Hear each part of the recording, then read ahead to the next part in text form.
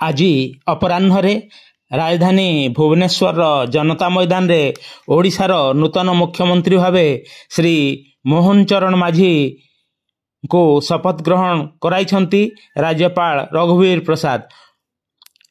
ଓଡ଼ିଶାରେ ବିଜୁ ଜନତା ଦଳର 24 ବର୍ଷର ଶାସନର ଅବସାନ ଘଟିଛି ଏବଂ ପ୍ରଥମ ଥର ପାଇଁ ଭାରତୀୟ ଜନତା ପାର୍ଟିର ନିରଙ୍କୁଶ ସଂଖ୍ୟା ଗରିଷ୍ଠତା ଥାଇ ଏକାକୀ ସରକାର ପ୍ରତିଷ୍ଠା ହୋଇଛି।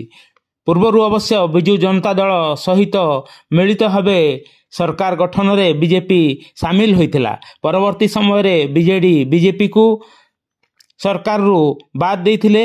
ଆଜି ଶପଥ ଗ୍ରହଣ ଉତ୍ସବରେ ନିଜେ ପ୍ରଧାନମନ୍ତ୍ରୀ ନରେନ୍ଦ୍ର ମୋଦି ଉପସ୍ଥିତ ରହି ସମସ୍ତଙ୍କୁ ଶୁଭେଚ୍ଛା ଜଣାଇଥିଲେ।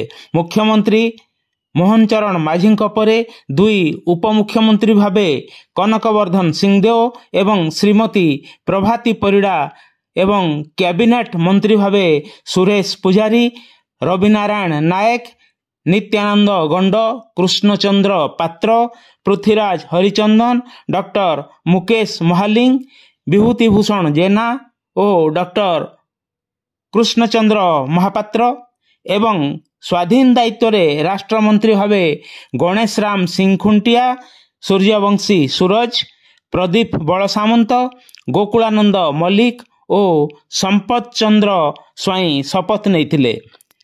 ଶେଷରେ ରାଷ୍ଟ୍ରଗାନ ହୋଇ କାର୍ଯ୍ୟକ୍ରମ ସମାପ୍ତ ହୋଇଥିଲା।